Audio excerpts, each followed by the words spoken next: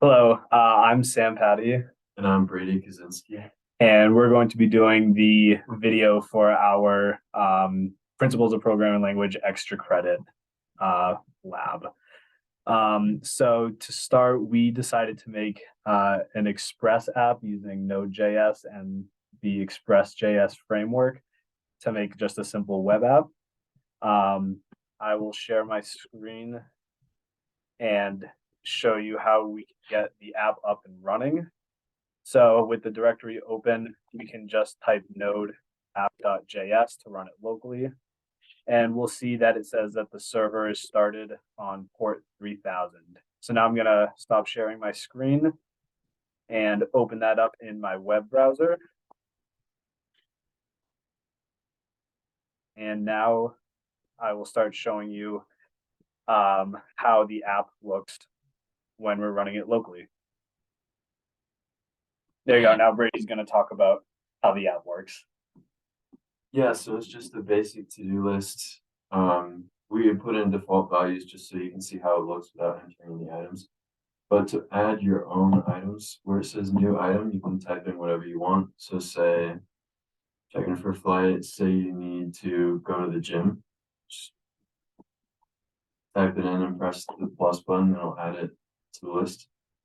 You also have the option to click the checkbox, and you can see it also creates a strike through on the text.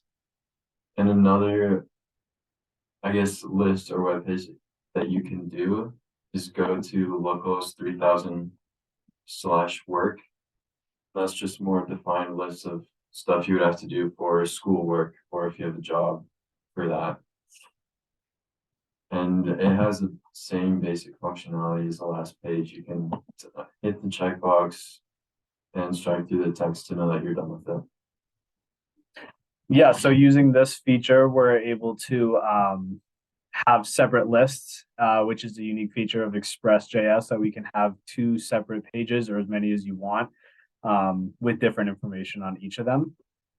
So now I'm going to stop sharing my screen and walk you all through the code base for this app. So I'm going to talk about the Express part last as it's the most complex. So starting here, we just have our package.json file where we're able to see the dependencies that this application uses. You can see we're using body parser to handle requests and responses for routing. We're using EJS to dynamically load content onto HTML documents. And then, of course, we're using the Express framework to actually set up web routing. Moving on to some of our views. The views folder contains all of the HTML for the web page. It's in the views folder as defined by Express, that's where all of the HTML documents need to be. You can see we have three here, the header, the footer, and then our actual list. So these are all EJS templates, meaning that it is essentially HTML, but allowing us to include syntax like this that allows us to dynamically load content from the Express app into our documents. So this right here is the main list.ejs file. This is where our actual list is, where all of the new items will go, and where the main functionality of the app is displayed. And everywhere where we have these percent marks are dynamically set values in the HTML. So you can see we have our header EJS files included at the top and our footer EJS files included at the bottom. Additionally, we can see that our new list items is dynamically set in the HTML so that every time we update this new list, all of the items will be displayed. The list title is also dynamic. So whether it's your work list or if we're just using a simple weekly list scheduling. And then the last interesting thing that you can do with EJS is in these percent signs, you're actually able to write JavaScript code.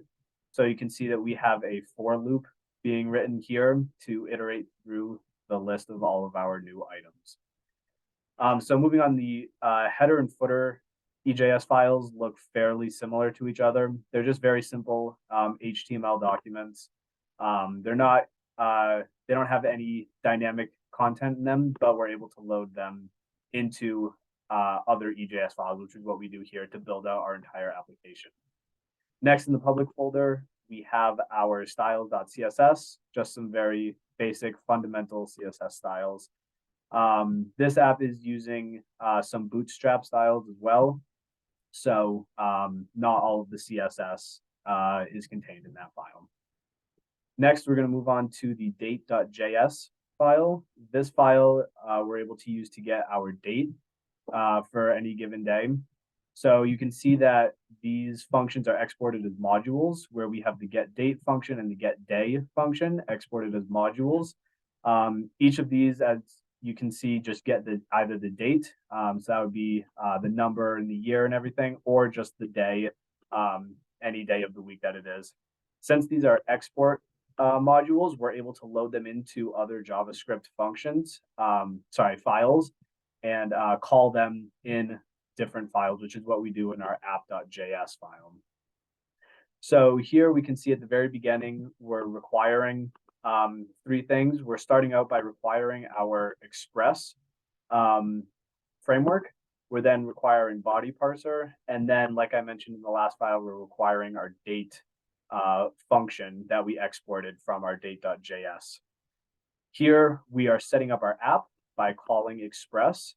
And then we're setting our view engine to EJS so that Express knows that we want to use EJS as our HTML style for documents. Here, we're just telling our app to use different things. So we are using body parser here, which allows us to parse the requests and response that are sent over HTTP requests and responses. And then we are using the public folder for our styles. Moving down here, we have two items lists. These are for our two different to-do lists that we have. You can see we have our first original one that just contains the date and the things that we had preloaded into it. And then we have our work items list with the three things that we had preloaded for our work list. So moving down here is where we get into the real functionality of Express. You can see that we use two methods on our app. We use the .get and the .post method. .get is for HTTP get requests, where the server is making a get request to our home route, which is what that slash is. Once the server makes that request there, this callback function is then executed, where we now have access to our request, and then we're able to edit the response that we would like to send. So here we're just getting the day using our get date function that we imported. And then using res.render, which is our response, we are able to modify the list variable in our EJS function and change the title of that list to day and the items to our items array. We also have a similar thing for the .get for the work route. Again, it will make a request to the work route where this callback function will get executed, and we will have access to the request and the response. Here, we're doing a very similar thing where we are rendering the list with a different title of work list, and then we're also rendering our work items opposed to just our regular items. So here, the app.post method is where we are actually able to change the content and input new values. So when we type into that input box and hit the submit button, it will make a request to the post route, our home post route, which will then trigger this callback function. Here we can set the item to the request.body.newItem, which is the name of that input field. And then we're able to hit this logic to see what list the user actually entered this item in. So checking the request.body.list, if it's equal to work, then we know that they wanted to edit their work list, and we will add the item that they entered into their work items array and redirect them to the /work route, which will list those items.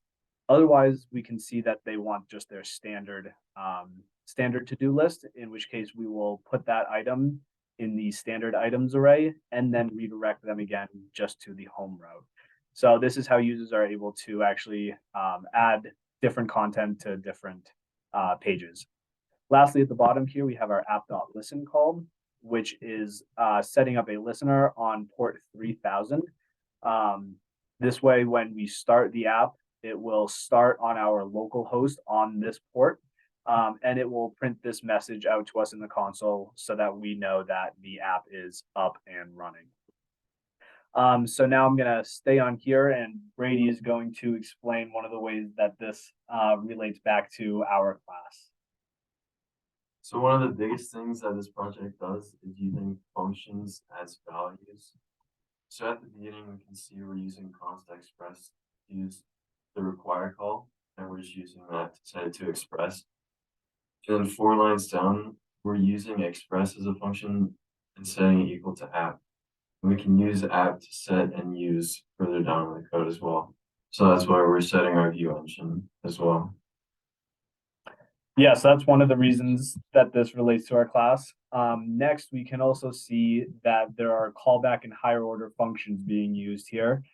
One of the main things that we spoke about toward the end of the class was the use of callback functions. And especially in this framework, callback functions are extremely relevant. In all of our app methods here, whether it's the get, the post, or even the listen method, all of them contain a callback function.